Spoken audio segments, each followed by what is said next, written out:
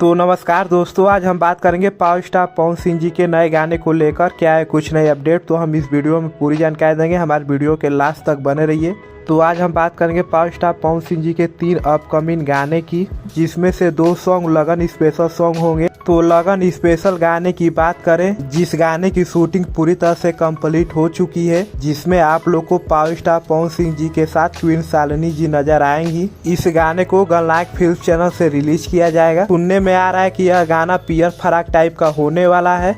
तो आप लोग अंदाजा लगा सकते हैं कि यह गाना कितना हिट होने वाला है। पिछले साल पियर फराक भी कितना हिट हुआ था, लेकिन इस गाने का टाइटल कुछ अलग होने वाला है, तो गाना भी अलग ही होगा। बस आप लोग इंतजार कीजिए, बहुत जल्द इस गाने का पोस्टर रिलीज किया जाएगा। अब बात करें दूसरे अपकमिंग गाने की, तो यह भी गाना लगन स्पेशल सॉन्ग ही होने वाला है, जिसकी शूटिंग 2 महीना पहले ही हो चुकी थी, लेकिन इस गाने का वीडियो इधर भी वायरल हो रहा है। तो आप लोग वीडियो का क्लिप देख पा रहे होंगे। तो इस वीडियो में आप लोग को डोली भी नजर आ रही होगी, तो आप लोग अंदाजा लगा सकते हैं कि यह गाना लगन स्पेशल होने वाला है।